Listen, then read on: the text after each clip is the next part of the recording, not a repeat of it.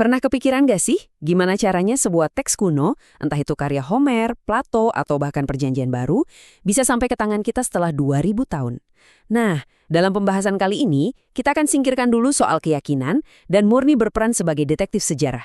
Kita akan perlakukan Perjanjian Baru bukan sebagai kitab suci, tapi sebagai kumpulan dokumen kuno, dan kita lihat apakah bukti-buktinya bisa dipertanggungjawabkan secara historis. Ini dia pertanyaan intinya kan?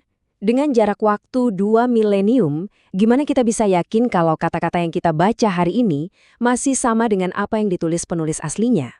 Ini bukan soal iman, ini soal investigasi forensik sejarah. Untuk menjawabnya, para sejarawan itu nggak cuma angkat tangan loh, mereka punya metode khusus buat menguji keandalan teks kuno manapun. Dan semuanya itu mengerucut kedua pertanyaan kritis yang harus kita jawab. Pertama, apakah salinan yang kita pegang sekarang ini akurat? Dengan kata lain, apakah teksnya masih sama dengan yang asli? Dan kedua, apakah para penulis aslinya ini menceritakan kebenaran?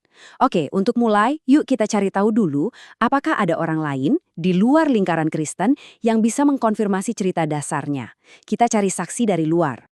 Jadi, sebelum kita bedah dokumen Perjanjian Baru itu sendiri, kita coba lihat keluar dulu. Ada nggak sih sumber non-Kristen dari zaman itu yang bisa mendukung cerita dasarnya? Yuk kita panggil saksi pertama kita. Saksi kunci pertama kita namanya Flavius Josephus. Yang paling penting, dia ini bukan orang Kristen. Dia adalah sejarawan Yahudi yang disegani dan menulis untuk orang Romawi.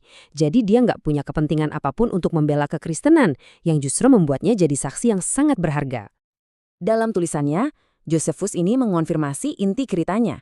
Dia menulis tentang seorang bijak bernama Yesus yang tingkah lakunya baik dan dikenal berbudi luhur. Dia juga mencatat kalau Yesus punya banyak pengikut, baik dari kalangan Yahudi maupun non-Yahudi. Ini konfirmasi yang kuat banget dari pihak ketiga yang netral bahwa Yesus itu memang tokoh sejarah yang nyata dan berpengaruh.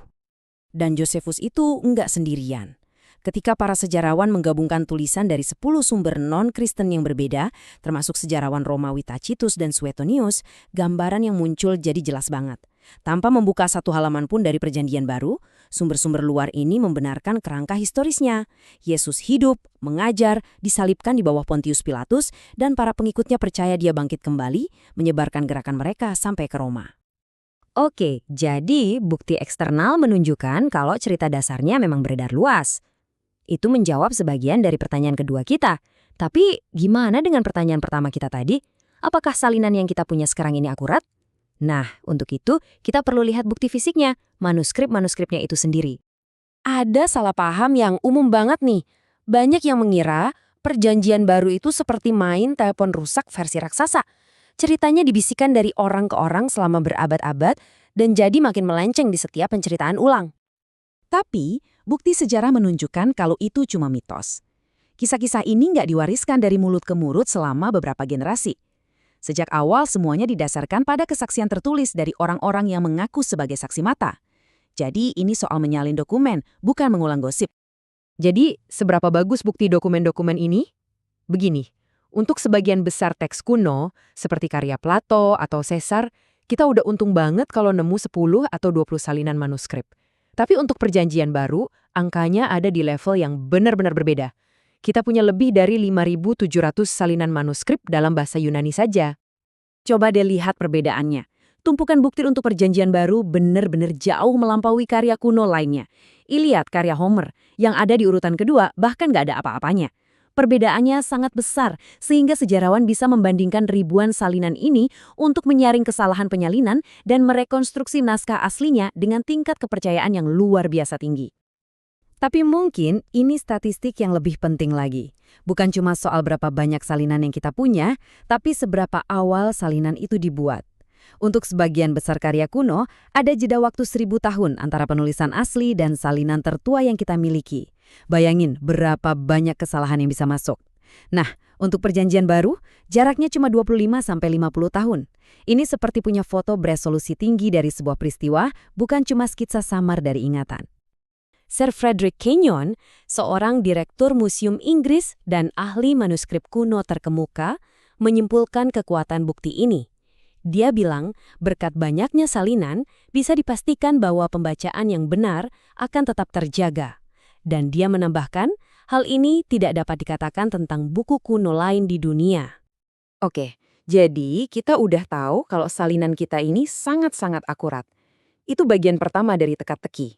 Tapi ini membawa kita ke pertanyaan krusial berikutnya. Kapan dokumen asli ini ditulis? Apakah ratusan tahun kemudian sebagai legenda? Atau ditulis saat para saksi mata masih hidup untuk menyangkal atau mengonfirmasinya? Untuk mencari tahu, sejarawan menggunakan alat detektif yang cerdas yang disebut argumen dari keheningan. Logikanya sederhana banget. Kalau ada buku tentang sejarah Amerika tahun 2000-an, tapi sama sekali nggak menyebutkan tragedi 11 September, Anda pasti akan curiga buku itu ditulis sebelum peristiwa itu terjadi, kan? Keheningan itu sendiri adalah sebuah petunjuk. Sekarang, mari kita terapkan logika itu. Peristiwa paling menentukan dan traumatis bagi Yudaisme abad pertama adalah hancurnya Yerusalem dan bait suci mereka oleh bangsa Romawi pada tahun 70 Masehi. Itu seperti tragedi 911 di dunia mereka. Perjanjian baru penuh dengan referensi tentang bait suci, dan Yesus bahkan meramalkan kehancurannya. Tapi anehnya, tidak ada satupun kitab yang menyebutkan bahwa peristiwa itu benar-benar terjadi. Keheningan ini adalah bukti yang sangat kuat bahwa sebagian besar kitab ini ditulis sebelum tahun 70 yaitu saat para saksi mata masih hidup. Dan buktinya bisa ditarik lebih awal lagi. Dalam salah satu suratnya, Rasul Paulus mengutip sesuatu yang diyakini para ahli sebagai kredo Kristen paling awal. Sebuah pernyataan iman yang dihafal dan disebarkan dari mulut ke mulut. Paulus bilang ini adalah sesuatu yang dia terima dari orang lain. Sebagian besar sejarawan, termasuk yang skeptis sekalipun, menempatkan kredo ini hanya 2 hingga 5 tahun setelah penyaliban.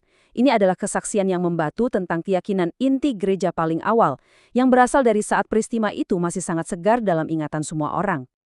Jadi, setelah memeriksa bukti dari luar, bukti forensik dari manuskrip, dan bukti penanggalan dari keheningan sejarah, kita sampai di mana? Apa kesimpulan dari investigasi murni historis ini?